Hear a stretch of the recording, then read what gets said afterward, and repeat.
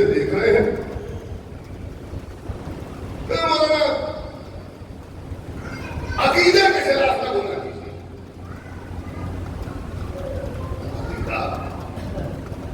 عقیدہ کہتے کس کو ہے؟ دو طرح کے عقیدے پائے جاتے ہیں. بس بات سن لو, جلدی سے پڑھ جاؤں گا کہ ورنہ بہت بہت لگ جائے گا. اس میں دو طرح کے عقیدے پائے جاتے ہیں. ایک عقیدہ وہ ہے جو احساسات کی بنا پر بنتا ہے, اور ایک عقیدہ وہ ہے جو عقل کی بنیاد پر بنتا ہے. دو طرح کے عقیدے پائے جاتے ہیں دنیا بھر میں. دنیا بھر میں عقیدہ بنانے کا دو طریقہ ہے. ایک ہے احساسات, محبت, جذبات, ایک اس سے عقیدے بنتے ہیں. فلاں جگہ جو ہے وہ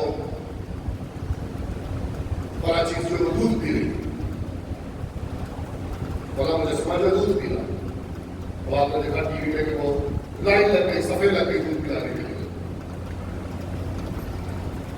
یہ دودھ جو پی رہا ہے یہ عقل کی بنیاد پہ نہیں بنا پیتا, یہ جذبات کی, احساسات کی بنیاد پر بنا, اور شاید بہت حد تک جہالت کی بنیاد پر بنا. یہی حال ہمارے یہاں ہے. جب ہم لندن جیسے شہر میں سلجنا کی لیگ جو ہے وہ تبرک کو بانٹ دیتے ہیں,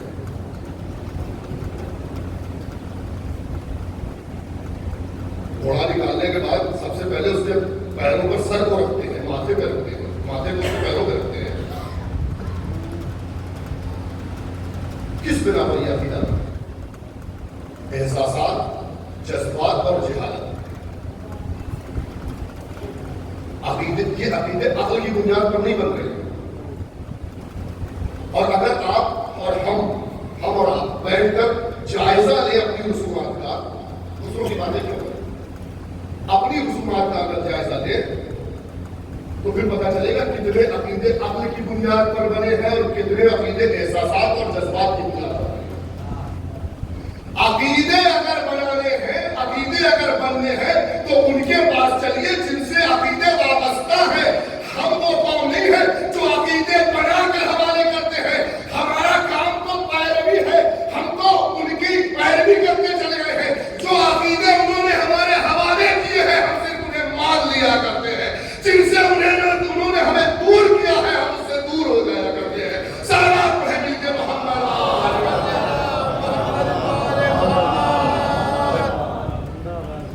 ہم شبیہ بنانے کے لیے عقل کا استعمال کر سکتے ہیں, بالکل کر سکتے ہیں. اللہ نے شبیہ بنانے کا حکم دیا ہے, ہم شبیہ بنانے کے لیے عقل کا استعمال کر سکتے ہیں. یہ عقیدے میں لایا جا سکتا ہے, لیکن شبیہ کو انسان سے بڑھا دے, شبیہ کو جو ہے وہ انبیاء سے بڑھا دے. پتہ نہیں کیسے لوگ سننے والے ہیں, مجھے تو سمجھ میں نہیں آتا. ذاکر بھائی کے نمبر پہ پڑھنا ہے کہ نعوذ باللہ نعوذ باللہ نعوذ باللہ نعوذ باللہ خاتم بتائیں حضرت عباس کا گھوڑا حضرت آدم سے افضل ہے. کیا مطلب ہے بھائی؟ شرم نہیں آتی اس طرح کے مقایسے کرتے ہوئے؟ اچھا یہ تو تھوڑا سا بھاری لگ گیا ہوگا, آپ کو ایسا سنا دیتا ہوں جو آپ کے مزاج کے مطابق ہے. میرے گھر کا خانہ جنت سے افضل ہے. ہاں, اور وہ شعر سنا دو جس پہ اکثر آپ نعرہ حیدری لگاتے رہتے ہیں, اپنی جنت کو بھی اور سجا دے رضوا, اس سے اچھا میرے گھر کا عذاب خانہ ہے.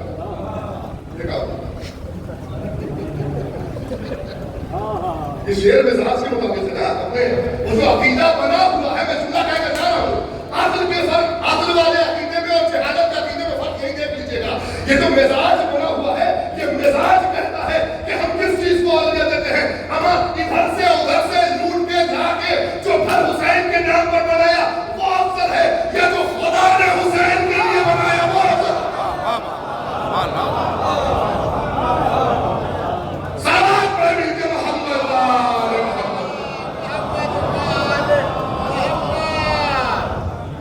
شرم نہیں آتی ایسے مقایسے کرتے ہوئے منبر پر بیٹھ کر؟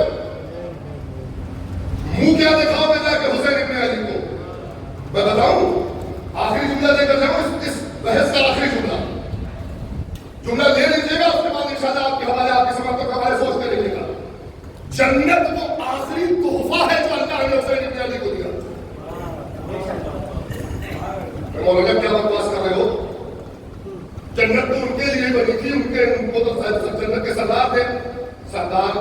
وہ مستقبل کا اعلان ہو رہا ہے. بھائی جنت ابھی تو بٹی نہیں ہے نا. امام حسین جب زندہ ہے تو جنت بٹی تھوڑی ہے. جنت میں جوان تھوڑی جا رہے ہیں. جنت میں جوان کب جائیں گے؟ آخرت میں. تو جب آخرت میں جوان جائیں گے تو سردار ہوں گے. یہ تو مستقبل کا اعلان ہو رہا ہے. تو پھر ابھی تحفہ کب ملے گا؟ میں بتاتا ہوں. اللہ نے کس آیت کو چنا ہے دیکھیے امام حسین کے لیے. جب وہ آیت جو آخری وقت میں امام حسین کے لیے حاطف نے پکاری وہ کیا تھی؟ یا ایتھا النفس المطمئنہ, اے نفس مطمئنہ. اصل میں نفس مطمئنہ کا جو مزاج ہے وہ رضایت ہے. جو بیس ہے نفس مطمئنہ کا جو بنیاد ہے وہی رضایت ہے. ممکن ہی نہیں, کیونکہ تین طرح کا نفس ہوتا ہے. ایک نفس ہوتا ہے جسے نفس امارہ کہتے ہیں, وہ گناہ کی طرف لے جاتا ہے. ایک نفس کو ہوتا ہے جسے نفس لوامہ کہتے ہیں, جو گناہ کے بعد آپ کو ملامت کرتا ہے, ہم کو ملامت کرتا ہے, یہ کیوں کر دیا, ایسا کیوں کر دیا, توبہ کر لو, اللہ کی بارگاہ میں چلو سجدے کر لو, کافی بڑھنے سے کہتے ہیں نفس لوامہ. تیسرا نفس ہے جسے نفس مطمئنہ کہتے ہیں. یہاں پر گناہ کا تصور ہی نہیں پایا جاتا. تو یہ ممکن ہی نہیں ہے کہ کوئی نفس مطمئنہ پر فائد ہو اور وہاں رضایت نہ ہو. یہ ممکن ہی نہیں ہے. جہاں نفس مطمئنہ ہوگا وہاں رضایت آنی ہی آنی ہے. یہ دعائیں رضی اللہ تعالیٰ عنہ, آپ کی سماعتوں کے حوالے آپ کے مزاج کے مطابق, یہ رضی اللہ عنہ کی دعائیں نفس امارہ کے لیے تو ہو سکتی ہے, نفس لوامہ کے لیے تو ہو سکتی ہے, لیکن نفس مطمئنہ کے لیے نہیں ہو سکتی. نفس مطمئنہ میں وہ خدا سے راضی ہوتا ہے, خدا اس سے راضی ہوتا ہے.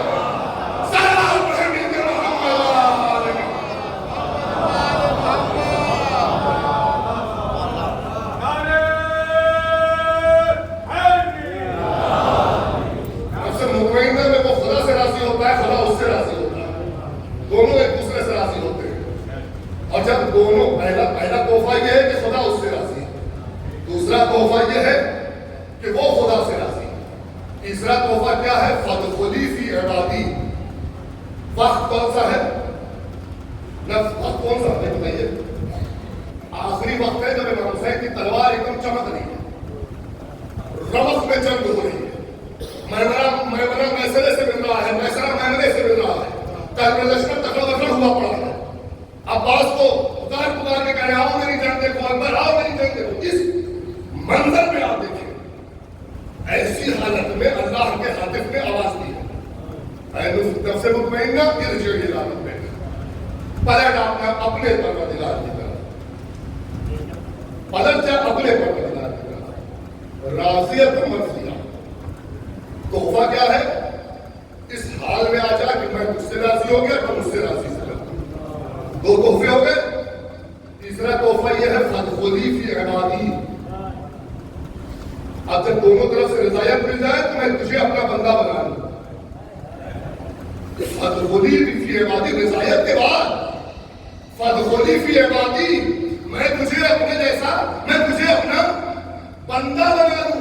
اور جب تو بندہ بن جائے فادخلی جنتی, میں تجھے اپنی جنت میں داخل کر دوں. اب جنت میں داخل کرنے کے بعد میں تجھے جنت کے جوانوں کا سردار بناؤں, قسیم النار والجنہ بناؤں, جنت تیرے اختیار میں دے دوں, تیری ٹھوکروں میں دے دوں, تیری شفاعت میں دے دوں. یہ بات کے مرحلے ہیں, لیکن جب تک ابدیت نہیں آئے گی, اللہ کا سجدہ نہیں آئے گا, جنت نہیں آ سکتی. صلوات پڑھیں مل کے محمد.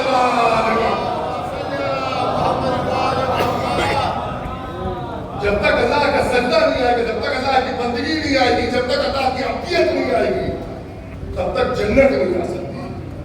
فادخلی فی عبادی, بس تو میرے بندوں میں داخل ہو جا. فادخلی جنتی, اور میں تجھے اپنی جنت میں داخل کر دوں. ہاں, فادخلی جنتی. مجھے بتا بھوک لگ رہی ہے, مجھے بھی بھوک لگ رہی ہے. ہاں, بہت جو کھانے کہو گے بھوک لگ رہی, وقت ختم ہو گیا.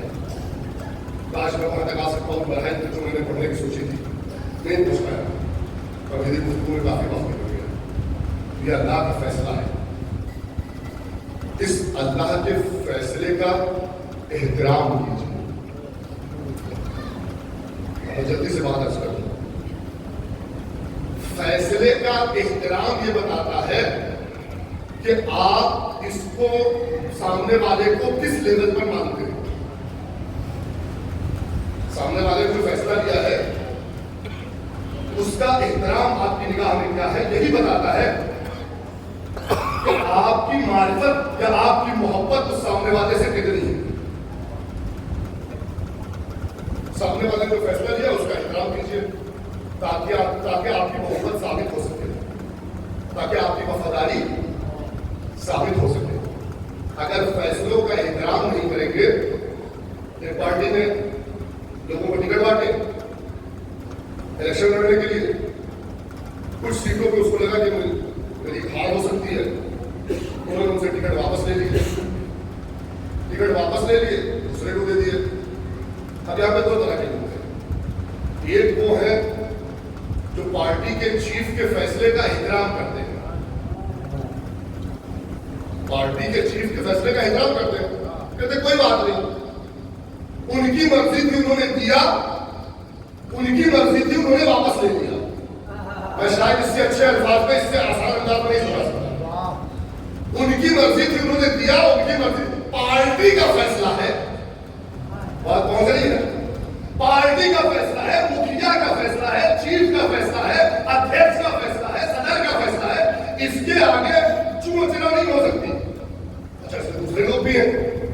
دوسرا گروہ وہ ہے کہ جن سے جیسے ہی پارٹی کا ٹکٹ لیا گیا انہوں نے کہا صاحب ہم اگر کوئی پارٹی ٹکٹ نہیں دے گی تو ہم نردن کریں گے, اپنی پارٹی الگ سے دکھائیں گے, اپنی طاقت الگ سے دکھائیں گے. شو و چرا نہیں ہے, شو و چرا نہیں ہے, بغاوت ہے. کاش بات پہنچ ہے, بغاوت ہے, ہم الگ ہو کر دکھائیں گے. یہ ابلیسی صفت ہے. وہی فرشتے جن کے ہاتھوں سے اللہ نے آدم کی مٹی میں بنائی تھی, جن کے سامنے فرشتوں کو بنایا, جن کے سامنے آدم کو بنایا تھا, جن کے سامنے آدم کو سجایا تھا, ان کے سامنے روح پھونکتے ہوئے اللہ نے کہا میں اس میں روح پھونکنے جا رہا ہوں, تم سب سجدہ کر دینا. جو وفادار تھے وہ سب سجدے میں گر گئے, جو باغی تھا اس نے سر کو سجدے میں نہیں رکھا, وہ اکڑ گیا. اس نے کہا ٹھیک ہے ہم اللہ کے کینڈیڈیٹ کے مقابلے میں خود لڑیں گے, ہم اللہ کے کینڈیڈیٹ کے مقابلے میں خود لڑیں گے. اللہ نے کہا یہ باغی ہے, یہ باغی ہے. ہمیں ہمارے لیے ضرورت یہ ہے, ہمیں ہمارے لیے ضرورت یہ ہے کہ ہم ان فیصلوں کا احترام کریں جو اللہ نے ہمارے لیے لیا ہے. اگر دے کے لیا ہے تب بھی فیصلہ محترم ہے, اگر لے کے لیا ہے تب بھی فیصلہ محترم ہے. دونوں حالت میں کہتے انا للہ و انا الیہ راجعون, رضن بقضائہ و تسلیما لامرہ. صلوات بر محمد.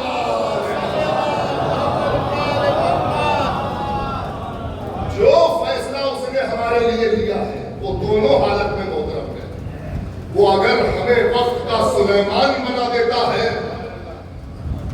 وقت کا حاکم بنا دیتا ہے, وقت کا بادشاہ بنا دیتا ہے, تب بھی اس کا شکریہ. اور وہ اگر ہمیں نارے نمرود پہ پھینکوا دیتا ہے تب بھی اس کا شکریہ. اگر اس نے ہمارے لیے یہ فیصلہ کیا ہے کہ ہمیں کنویں میں ڈالا جائے تب بھی اس کا شکریہ. اگر اس نے یہ فیصلہ لیا ہے کہ ہمیں جیل میں ڈالا جائے تب بھی اس کا شکریہ. اگر اس نے یہ فیصلہ لیا ہے کہ لوگ ہم پر تازیانے برسائیں تب بھی اس کا شکریہ. اس کا شکریہ اگر اس نے فیصلہ لیا ہے. اور اگر اس نے یہ فیصلہ لیا ہے کہ کربلا کا بن ہو, ہزاروں کے لشکر میں 72 گر جائیں تب بھی اس کا شکریہ. آپ کربلا کی زمین پر شکوہ نہیں دکھا سکتے, صرف فیصلوں کا احترام ہے. فیصلوں کے سامنے حسین کو سجدہ ریز دکھایا گیا, اصحاب حسین کو سجدہ ریز دکھایا گیا. حسین کے شکر کرنے کا اور سجدہ ریزی کا تو عالمی مت پوچھیے. شب عاشور اصحاب حسین کو یہ احساس ہو گیا ہے کہ جناب زینب کا کوئی مسئلہ ہے جو ہم ہمارا امتحان لینا چاہ رہے ہیں. کوئی مسئلہ ہے ان کے ذہن میں. مسئلہ ذہن میں یہ ہے کہ صاحب ایسا پولیٹیکل جو ہے وہ بھی چھوڑ کر چلے جائیں گے. ہمارا امتحان ہونا چاہیے. سب کے سب تلواریں کھینچ کر باہر کھڑے ہونے چاہیے. پہلے کی بیٹی اگر آپ کے بھائی کا حکم ہو جائے, اگر ان کا فیصلہ آ جائے تو ہم اپنی تلواروں سے اپنی گردنیں اتار دیں. یہ فیصلے کا حکم ہے.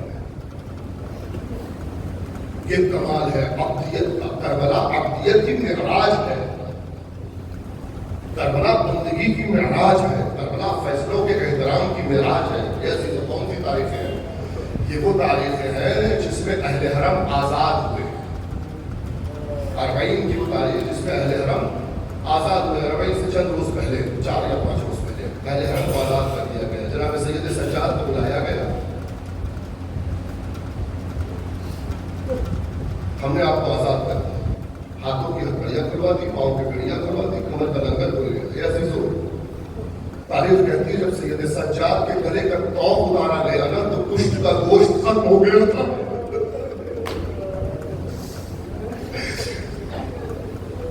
امام زمانے نے چوتھے امام کو سلام کرتے ہوئے کہا, سلام ہو میرے اس جگ پر جس کے بدن کا گوشت اس کے بدن پہ لگی ہوئی زنجیریں کھا گئی.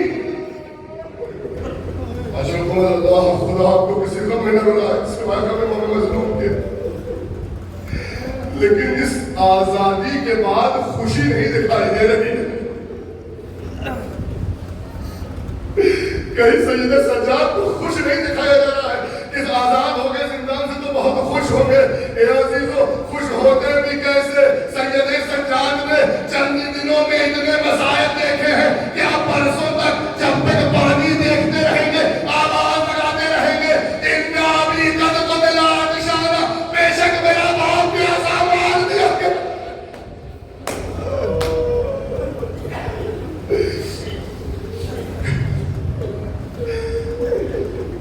عزیزو کارواں. جناب سید سجاد نے کہا میں اپنی پھوپھی سے مشورہ کر کر جواب دوں گا. جناب زینب کے پاس آئے, جناب زینب سے ماجرا بتایا. پھوپھی اماں ہمیں آزاد کر دیا گیا ہے, چاہے تم یہاں رہے اور چاہے تم مدینے چلے جائیں. بیٹا تم نے کیا جواب دیا؟ کہا پھوپھی اماں آپ کے مشورے کا انتظار ہے, آپ کے جواب کا انتظار ہے. کہا سید سجاد جا کر یزید سے کہہ دو پہلے ایک گھر خالی کروا دے. جب سے حسین دنیا سے گیا ہے میں جی بھر کے حسین کا ماتم نہیں کر پائی. یہ حق کی جیت ہے. دیکھو یزید کے گھر میں بہن حسین کی فرش رضا بچاتی.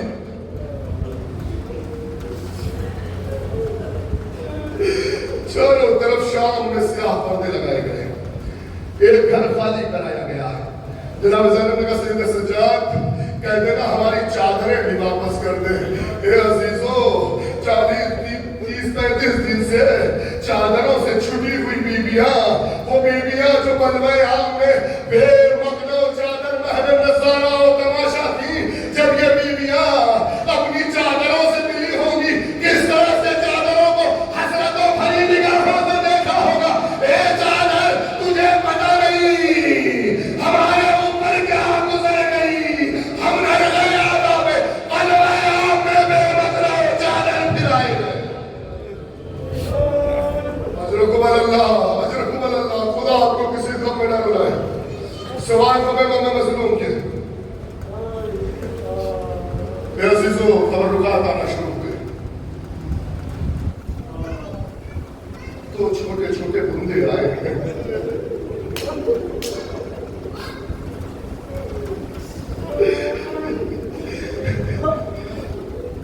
میں نے تاریخ میں تو نہیں پڑھا, لیکن مجھے لگتا ہے ایک مرتبہ رباب نے بندے لے کر لے جا کے قبر پہ رکھ دیا ہوگا. اے سکینہ, یہ وہ تحفہ ہے جو تمہارے پاپا نے تمہیں دیا تھا. اے سکینہ, تمہارا تحفہ واپس آ گیا.